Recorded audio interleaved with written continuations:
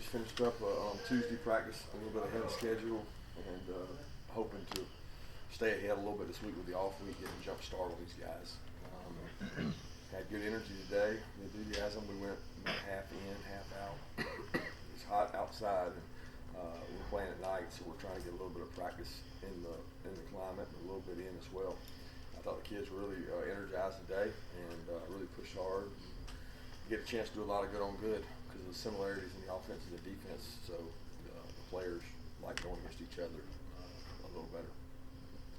I know it's an advantage. You know, you just mentioned it. It's an advantage they get the chance to enjoy as well. But it's not something you really get to do all that often. Kind of practice against yourself a little bit. Is that a little bit of an advantage? You feel like for you to a little bit of a comfort level? It's really. I mean, they get the same thing. Right. So it's a little bit. I told the players. I mean, it's not like our offense is not exactly like theirs, and our defense is not exactly like theirs. But there are similarities. So with that, you get some overlap. You're able to run some plays that both teams run, and we practice against each other every week anyway, so we see a lot of the same plays most of the time, but it does allow for you to go a little more, what I call good on good, and give the guys more competitive reps, but they're at the same situation. Coach, 4 games into the season, what do you know about your team that you didn't know at the start of the year? That they're resilient, that they respond to our days that haven't been great at practice, they've responded well to. That's usually the first sign that they're the right kind of guys. And then adversity strikes, and they respond to that. I mean, we're not easy on them out there. We're tough on them, and they embrace it. And the older guys kind of lead with a message of, they're pushing you because they want you to be great. And that's usually the sign of a good team that can handle, number one, adversity, but number two, tough coaching. What's the next step now? What else do you want to see? Well, I want to see them grow. I want to see us continue to improve. I mean, there's a lot of teams that will hit game 5, 6, 7, and they plateau. And the teams that are best continue to get better. And I don't know what this team's going to do in game 5, 6, 7. We got to see. But I want to see them continue to grow and improve. So in other evaluations, I have a question. So on the defensive side of the ball, what type of things have you seen since Notre Dame, looking at that and then going through the bye week? What areas do you think they've improved on, and where are you hoping to see some more improvement? Well, I mean, you're always trying to get better on defense. We're trying to create ways to make negative plays, have new wrinkles, allow the guys to play fast, play more players. We're trying to improve on our tackling. It's not something that we've been satisfied with. We get out of position and reach a lot of times, and we're not forcing the number of turnovers that we need to force in order to be a top defense. So there's a lot of things we're really looking to improve on defensively. And hey, our guys are pushing each day out there. They're trying to get better. They push each other. Is there anything that you've seen at all that has surprised you in terms of how they perform? Not really. I mean, our guys work hard defensively. I haven't been shocked at anything. Been very pleased. It's usually how you practice is how you carry over into games, and our kids, practice hard on both sides of the ball, and they play hard.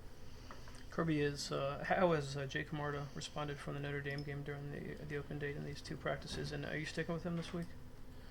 Jake's done a good job. I mean, he's responded well. He continues to work really hard. We have punt periods. We measure his height, his distance, his hang, his direction kicking, how well he's doing that. And he continues to work on that. He gets lots of shots at it, and as well as the other guys. We've rolled other guys in there with ones, and we'll see how it goes Saturday. Super fun. Did you get to see last weekend with y'all off Ohio State or Washington? You've been able to see what your former quarterbacks are doing at those places? I watched the SEC games. I saw highlights of both those games, but I didn't. I watched most of the SEC games, which most of those were at night. Didn't get to see those, but I saw highlights of those. Both guys are doing pretty well. Just wondering your thoughts on. I'll be honest with you, I haven't seen them much. My focus is on Tennessee right now, and I'm grinding on Tennessee. Is there much difference in the Tennessee quarterbacks in terms of how you would defend them? Well, there's subtle differences. I mean, one's played a lot of ball, and one hasn't played as much ball. And when you start looking at those 2 combinations, a lot of things. they may have Juwan Jennings at quarterback, so maybe a lot of guys at quarterback. Coach, I'm curious with the bill passed in California, how your thoughts on the impact that'll have on college. Yeah, I sports? defer to the SEC on that. Our commissioner does a great job leading us in the right direction, and I know we've got our president's done a great job of being on the committee, the name, image, and likeness, and he does a great job. They'll be looking at all the different angles of it, see how it impacts college football. You've you said a bunch of times we've got to come ready to play in the SEC every week, and you really seem to be high on Tennessee's talent level, especially their young talent. So I want to see if you haven't been a part of a lot of these teams that have started off kind of as slowly as they have, gotten off to the rough start, but does it make a team dangerous when they're kind of backs against the wall a little bit, really almost desperate for something good to happen for them like that? Does that make them maybe a little bit more dangerous? I think every team's dangerous. I mean, when I watch college football every Saturday, every team is dangerous. You're dealing with 18 to 22-year-olds whose mind is not where your mind is. My mind is there 98% of the time.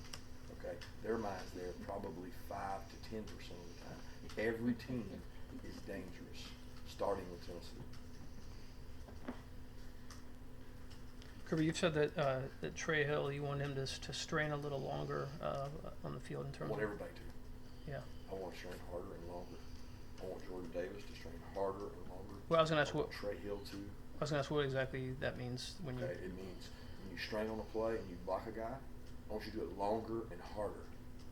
So if you do it for 4 seconds, I want you to do it for 5 or 6. If you do it for 7, I want you to do it for 8 or 9. I want you to do it until the echo of the whistle. And that's harder and longer. And that's for every player on the team, not just Trey Hill. It's for every Jake Fromm. I want him to strain harder and longer to make it perfect. You had talked about with Trey when he first got a chance to play center in a game about his snaps being a little high. Obviously, he seems to have. I don't want to jinx anything. He still has high ones in practice. He has thousands of snaps out there. Yeah. I don't think you can be 1,000 for 1,000. So he has to continue to improve on his snaps and the pace of his snaps. But he's done a good job so far. And to go in the environment he went into at Kentucky, I thought it was an incredible job. But he continues to grow and get better. And he's a guy that he'll tell you he needs fire and motivation under him because it's come easy for him. He's very talented. He's athletic. But his brother will tell you, both his brothers will tell you, his dad will tell you, he's a fire lit under him to motivate him sometimes because he's athletic. With Cade Mays and his sort of recruitment process, what were you sort of telling him and sort of pitching him on coming to Georgia given the ties that he had to Tennessee, both when he was a committed prospect and when he reopened his sort of recruitment? Just opportunity. I mean, he's a super talented guy that plays the game the right way with toughness and passion, and he had an opportunity. I mean, we were low on linemen, and he knew he could come in and help us. Coach Pittman had a great relationship with him, and he chose to come. So, I mean, the sell was the education at Georgia and the opportunity to play over. How close do you think Julian Rochester is to? I mean, I see him out there working. I know you said he was clear and he's just working his way back. Where's his progress? He's cleared and he's working his way back. I mean, he's out there competing. I don't know what it is you guys have got on this whole Julian Rochester kick. Julian is progression to get better. He had an ACL injury, which happened a little later than most of our ACLs, and he's continuing to work. I really don't know how to answer the question. I feel like y'all keep asking about him like y'all are expecting him to run out there and start and play. And when he's ready to play and he's like better than the guys that he's going against or the guys that he's behind, then he'll play. Did he suffer that injury in the Sugar Bowl? Is that when I'm that not happened? sure exactly when it happened. It was a weird deal. It was either the SEC championship and he didn't really know it, or it was the Sugar Bowl. I tell you, I don't know. I was when the surgery occurred. Gotcha.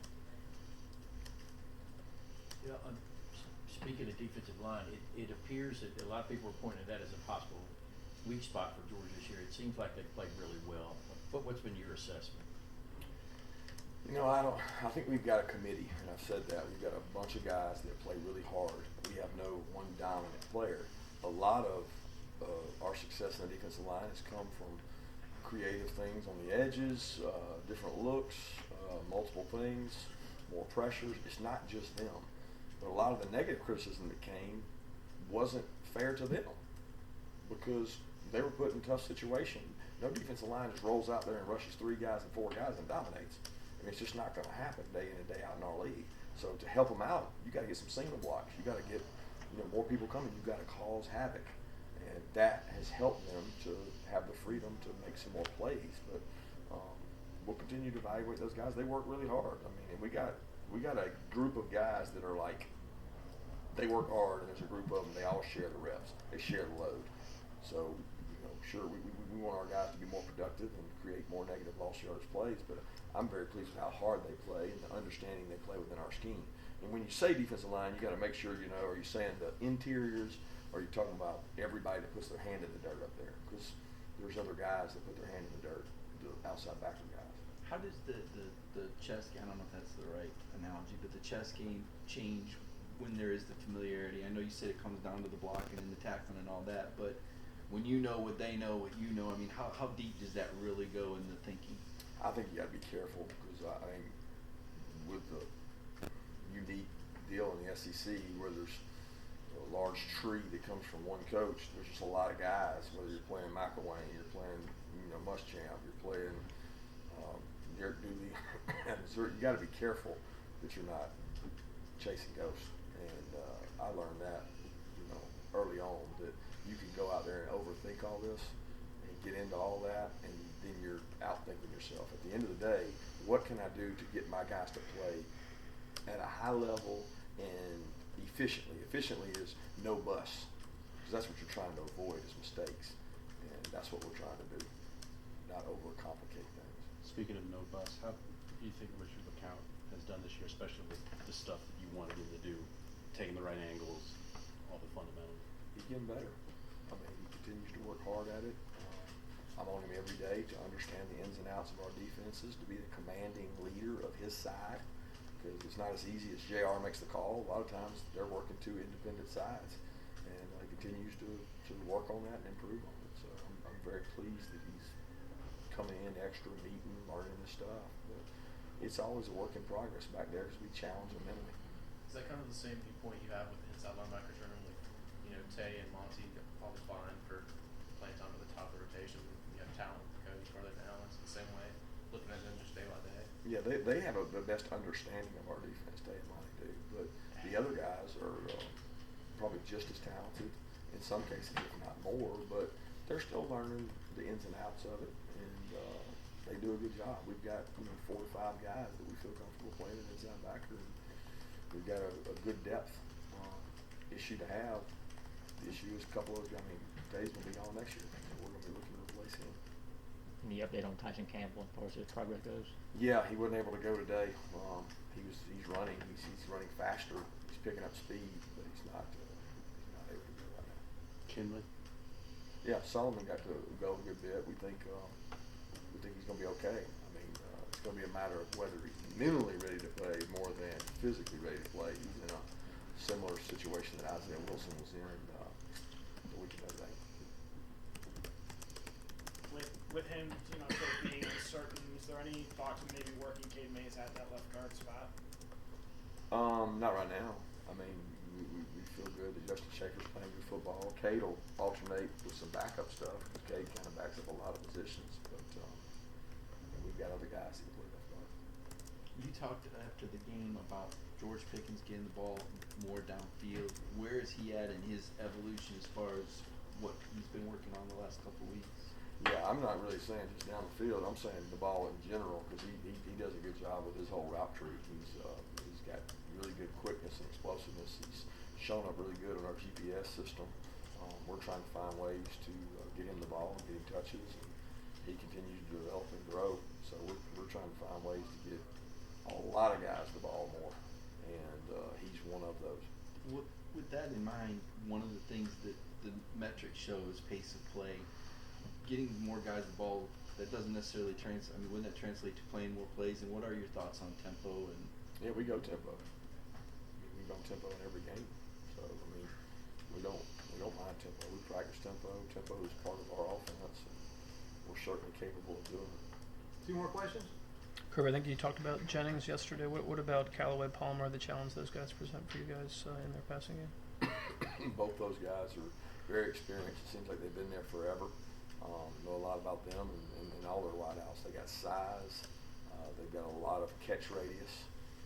They're both explosive players. You know, Callaway does a great job with punt returns. And, they're fast guys, and they're really tough matchups size-wise out on the perimeter. And they both are really physical blockers. I was just wondering, there's been some worry about Roquan Smith. Have you heard from him at all, or know anything about what might be going on with him? I have not talked to Roquan.